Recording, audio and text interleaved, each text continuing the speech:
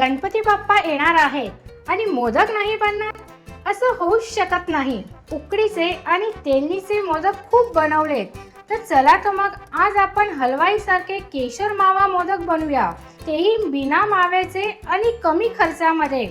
तर हा व्हिडिओ शेवटपर्यंत नक्की बघा। तर चला तर मग मोदक बनवायला सुरुवात करूया। या कढईमध्ये मी 1 कप दूध घेते। इथे फ्लेम जी आहे ती बंदच आहे। आता ह्याच्यामध्ये आपल्याला साजूक तूप घालायचे आणि इथे मी मिल्क पावडर घेतलेली आहे, ही थोडी थोडी घालून हे मिक्स करून घ्यायचं आहे। हे दूध आणि मिल्क पावडरचं मिश्रण जे आहे ते चांगलं मिक्स करून घ्यायचं आहे, जेणेकरून गुठळ्या पडणार नाहीत। हे मिश्रण आपण चांगलं मिक्स करून घेतलेलं आहे। इथे मी गॅसची फ्लेम ऑन करते। हे मिश्रण आपल्याला मंद आचेवरती हलवत राहायचं आहे। जोपर्यंत हे घट्ट होत नाही तोपर्यंत आपण याला मिक्स करत राहणार आहोत। तुम्ही कोणकोणत्या प्रकारचे मोदक बनवलेले आहेत हे मला कमेंटमध्ये सांगा। त्याचबरोबर चॅनलला सबस्क्राईब सुद्धा करा। ह्याच्यामध्ये मी अजून थोडंसं साजूक तूप घालते। मीडियम फ्लेमवरती ह्याला मी मिक्स करत राहणार आहे।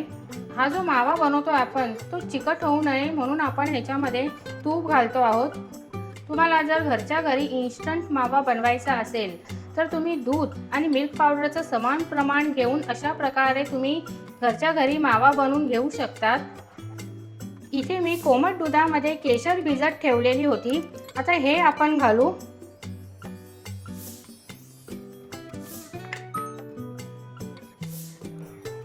आपण इथे केशर मोदक बनवतोय म्हणून मी इथे केशरचा वापर करते। जर तुमच्याकडे केशर नसेल तर तुम्ही ह्याच्यामध्ये फूड कलर सुद्धा घालू शकतात, नाहीतर तुम्ही व्हाईट कलरचे साधे मावा मोदक सुद्धा बनवून घेऊ शकतात। टेस्ट त्यांची जी आहे ती सेमच राहणार आहे, फक्त आपण केशरी कलर येण्यासाठी इथे केशरचा वापर केलेला आहे। हे एवढं घट्ट झाल्यावर ह्याच्यामध्ये आपल्याला साखर घालायची आहे आणि साखरही आपल्याला ह्याच्यामध्ये चांगली मिक्स करून घ्यायची आहे। साखर घातल्यामुळे परत हे मिश्रण जे आहे ते पातळ होईल। तर आपल्याला असंच हे मिक्स करत करत ह्याच्यामध्ये साखर जी आहे ती विरघळून घ्यायची आहे आणि आपल्याला ह्याचं माव्यासारखं मिश्रण तयार करून घ्यायचं आहे। इथे मावा आपला बघा छान असा तयार व्हायला लागलेला आहे। आता आपण ह्याच्यामध्ये थोडंसं साजूक तूप घालूया आणि हे मिश्रण जे आहे जोपर्यंत कढईतून सुटत नाहीये तोपर्यंत आपल्याला हे परतवत राहायचं आहे। इथे आपलं छान असं मोदकाचं मिश्रण बनवून तयार झालेलं आहे।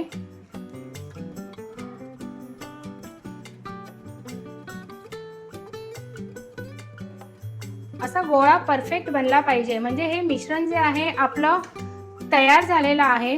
आता ह्याला आपण एका बाउलमध्ये काढून घेऊ। हे मिश्रण आपल्याला थोडंसं थंड करून घ्यायचं आहे। कोमट असेल त्यावेळेस आपल्याला याचे मोदक बनवायला घ्यायचे आहे, तर ह्याला आपण थोडंसं थंड करून घेऊया। ह्याच्यामध्ये थोडीशी इलायची पावडर घालायची आहे आणि थोडंसं साजूक तूप आणि ह्याला चांगलं परत मिक्स करून घेऊ।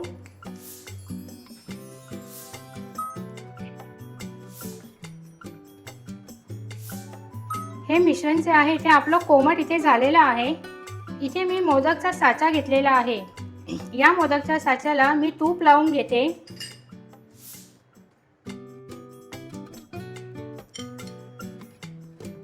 आणि हे माव्याचं मिश्रण घेऊन या साच्यामध्ये भरायचं आहे आपल्याला।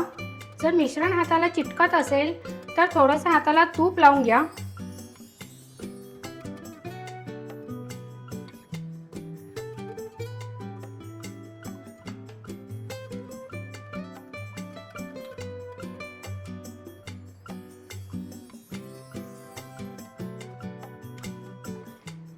हा बघा किती सुंदर मोदक इथे आपला बनून तयार झालेला आहे।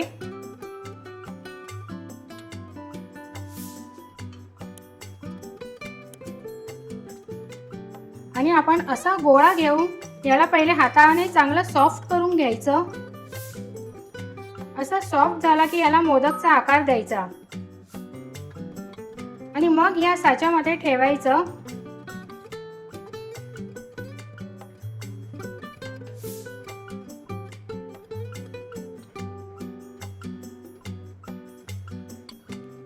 हे बघा किती सोप्या पद्धतीने आपण एकदम छान असा मोदक इथे बनवलेला आहे. आता असेच मोदक आपण सगळे बनवून घेणार आहोत. मस्त सुबक असे मोदक बनलेले आहे. कमी मेहनत कमी खर्चामध्ये न आटवता झटपट असे मोदक बनून तयार झाले.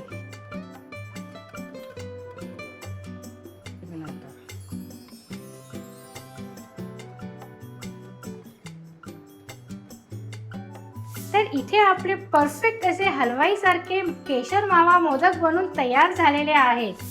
तर हे मोदक इतके पटकन बनतात आणि इतके स्वादिष्ट असतात ना, जसे आपण बाहेर दुकानामधून आणतात तसेच परफेक्ट बनतात.